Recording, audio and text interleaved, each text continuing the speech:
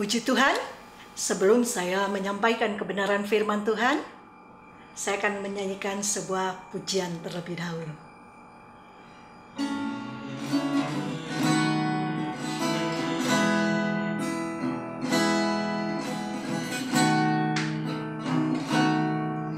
Engkau Tuhan yang setia, waktumu selalu yang terbaik.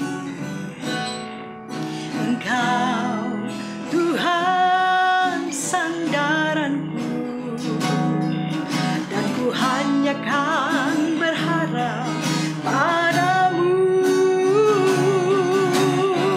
Satu-satunya yang ku andalkan, satu-satunya yang ku percaya. Engkau sumber kekuatan, sumber pengharapan, sumber kedamaian. Oh, satu-satunya yang ku andalkan, satu-satunya yang ku percaya. Engkau Tuhan memberkati, Tuhan penyembuhku, Tuhan pemulihku. Engkau Tuhan memberkati, Tuhan penyembuhku, Tuhan pemulihku.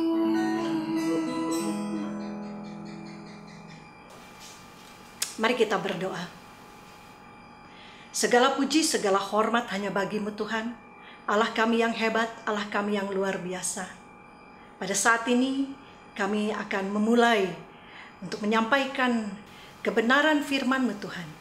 Dan kami percaya Engkau yang menguasai mulut lidah hamba-Mu, memberkati setiap orang-orang, ibu-ibu, orang-orang yang saat ini sedang mengikuti ibadah di PD atau persekutuan doa air hidup.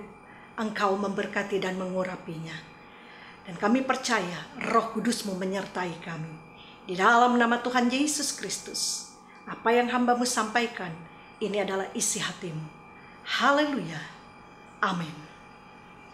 Ya, puji Tuhan, saya sangat bersyukur dan berterima kasih untuk kesempatan bisa menyapa ibu-ibu di Persekutuan Air Hidup yang ada di Bandung. Meskipun saya ada di Tangerang, tapi sungguh luar biasa teknologi membuat semuanya bisa tetap berkomunikasi. Semua hanya karena kebaikan Tuhan. Dan saat ini kita akan langsung saja untuk membuka kebenaran firman Tuhan yang ada di dalam Yohanes pasal yang kedua, ayat 1 sampai dengan ke-11. Karena waktu yang begitu singkat yang diberikan, kita akan langsung membaca perkawinan di Kana. Pada hari ketiga ada perkawinan di Kana yang di Galilea, dan ibu Yesus ada di situ. Yesus dan murid-muridnya diundang juga ke perkawinan itu. Ketika mereka kekurangan anggur, ibu Yesus berkata kepadanya, "Mereka kehabisan anggur." Kata Yesus kepadanya, "Mau apakah engkau daripadaku, ibu? Saatku belum tiba." Tetapi ibu Yesus berkata kepada pelayan-pelayan, "Apa yang dikatakan kepadamu, buatlah itu." Di situ ada 6 tempayan yang disediakan untuk pembasuhan menurut adat orang Yahudi. Masing-masing isinya 2-3 buyung. Yesus berkata kepada pelayan-pelayan itu, "Isilah tempayan-tempayan itu penuh dengan air." Dan mereka pun mengisinya sampai penuh. Lalu kata Yesus kepada mereka, "Sekarang cedoklah dan bawalah kepada pemimpin pesta." Lalu mereka pun membawanya. Setelah pemimpin pesta itu mengecap air yang telah menjadi anggur itu, dan ia tidak tahu dari mana datangnya, tetapi pelayan-pelayan yang mencedok air itu mengetahuinya.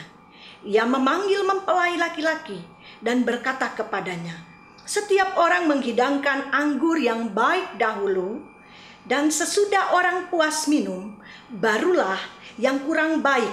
Akan tetapi engkau menyimpan anggur yang baik sampai sekarang.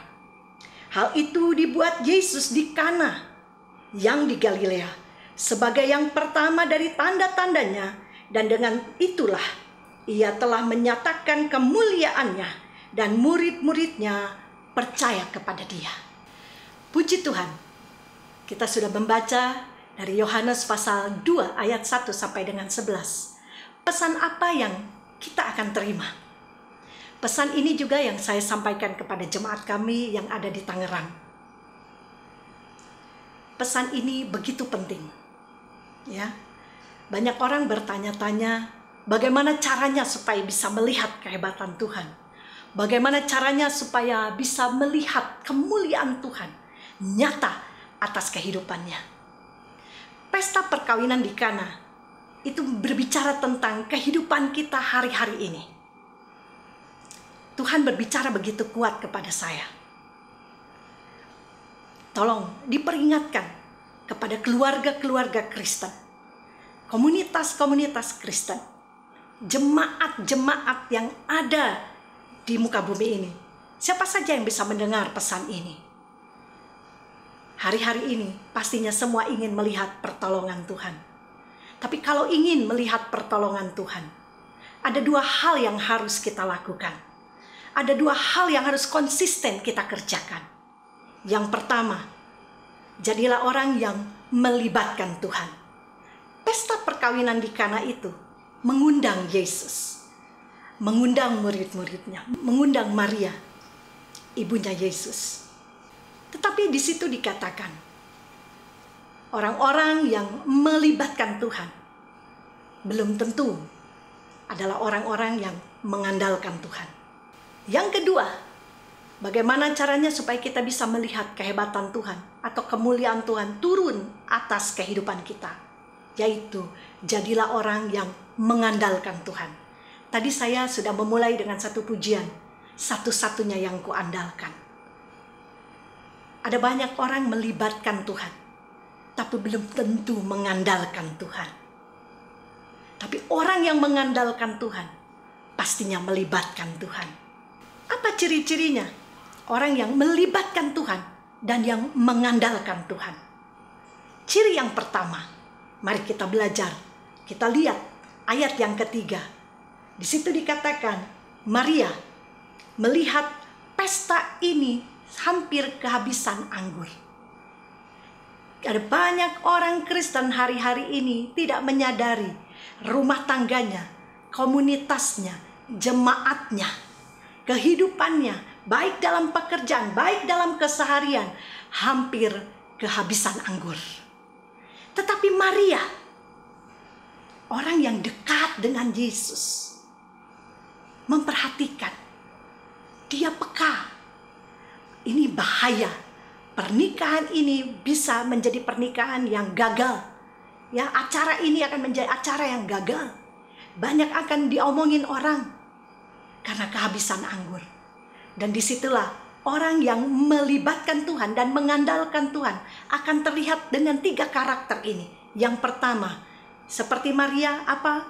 Dia orang yang peduli kepada sekitarnya. Dia tidak egois. Maria melapor kepada Yesus. Dan Yesus apa menanggapinya? Nah, kita lihat ya. Di ayat yang ketiga dikatakan, ketika mereka kekurangan anggur, ibu Yesus berkata kepadanya, mereka kehabisan anggur. Ya. Yang kedua, kita akan lihat, Maria bukan hanya peduli, Maria bukan hanya tidak egois, tetapi Maria rendah hati. Ayat yang keempat, kata Yesus kepadanya, mau apakah engkau daripadaku, ibu? Saatku belum tiba. Kalau saya sebagai seorang ibu meminta padahal hal yang sederhana kepada anak saya, kemudian anak saya menolak, sakit hati saya. Maria ini meminta tolong kepada Yesus. Perhatikan itu pesta, sudah hampir kehabisan anggur. Yesus sepertinya menolak karena belum saatnya. Saya atau ibu-ibu bagaimana perasaannya? Nah ini, Maria tidak marah, Maria tidak tersinggung. Ada banyak hari-hari ini orang-orang Kristen mudah tersinggung.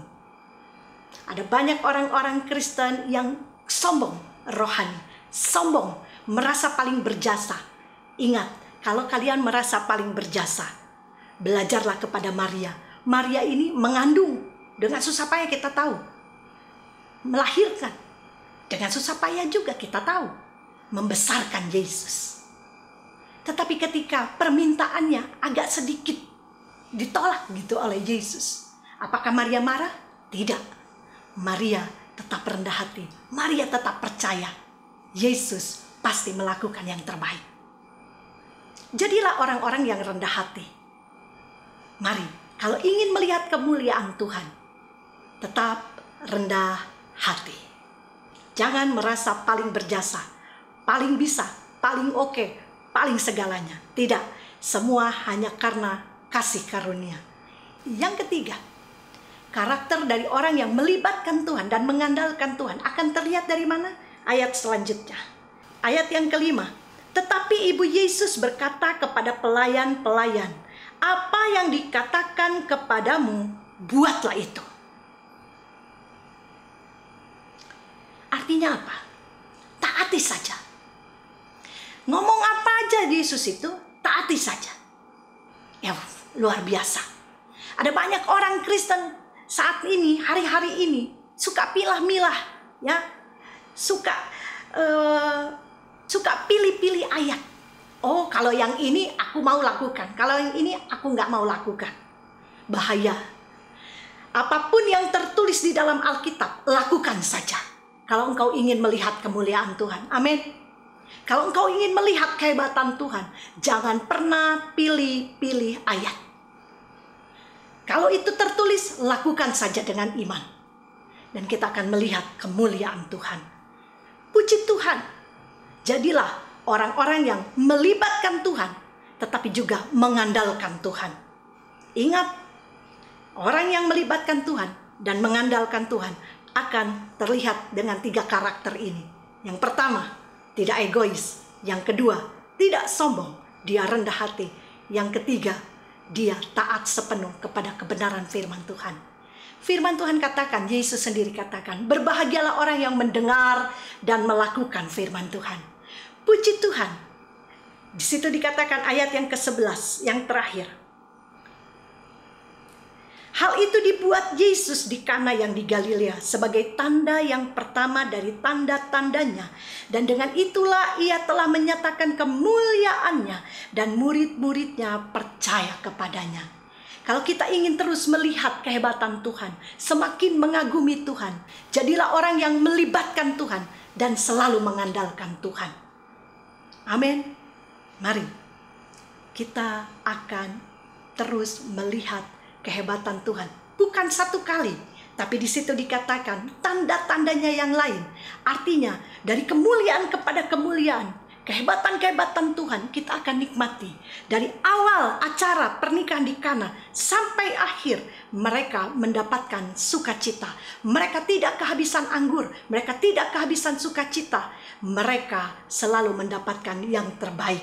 Demikian juga dalam rumah tangga kita, komunitas kita, jemaat kita, gereja kita, pekerjaan kita. Dari awal sampai akhir, kita akan selalu melihat kehebatan, kemuliaan Tuhan. Amin. Puji Tuhan. Firman Tuhan tidak saya panjangkan, tapi kiranya bisa memberkati kita semua. Tetaplah menjadi orang yang melibatkan Tuhan dan mengandalkan Tuhan. Segala puji, segala hormat hanya bagimu Tuhan. Mari, kami percaya Tuhan, Engkau ada bagi kami. Dari awal sampai akhir, Engkaulah Alfa dan Omega. Dan biarlah kami menjadi orang-orang yang terus melihat kemuliaan-Mu dari awal sampai akhir. Meskipun dunia ini penuh dengan kesulitan, ada banyak hal-hal yang akan terjadi dan itu akan mengguncangkan dunia. Karena firman-Mu Tuhan juga yang berkata, hari-hari ke depan tidak menjadi lebih baik. Tetapi orang-orang yang melibatkan Tuhan, mengandalkan Tuhan, akan terus melihat kemuliaan Tuhan dinyatakan. Selalu ada pertolongan, selalu ada kesembuhan, selalu ada kemuliaan Tuhan yang dinyatakan atas kehidupan kami. Terima kasih Tuhan, terima kasih. Kami percaya setiap ibu-ibu yang ada di persekutuan air hidup diberkati oleh karena kebenaran firman Tuhan ini. Di dalam nama Tuhan Yesus, hamba melepaskan berkat, kekuatan, kuasa Roh Kudus memampukan mereka untuk menjadi orang yang peduli, tidak egois, menjadi orang yang rendah hati, tidak sombong, dan menjadi orang yang taat sepenuh, menjadi pelaku-pelaku firman Tuhan. Di dalam nama Tuhan Yesus Kristus. Haleluya. Amin. Puji Tuhan. Tuhan Yesus memberkati.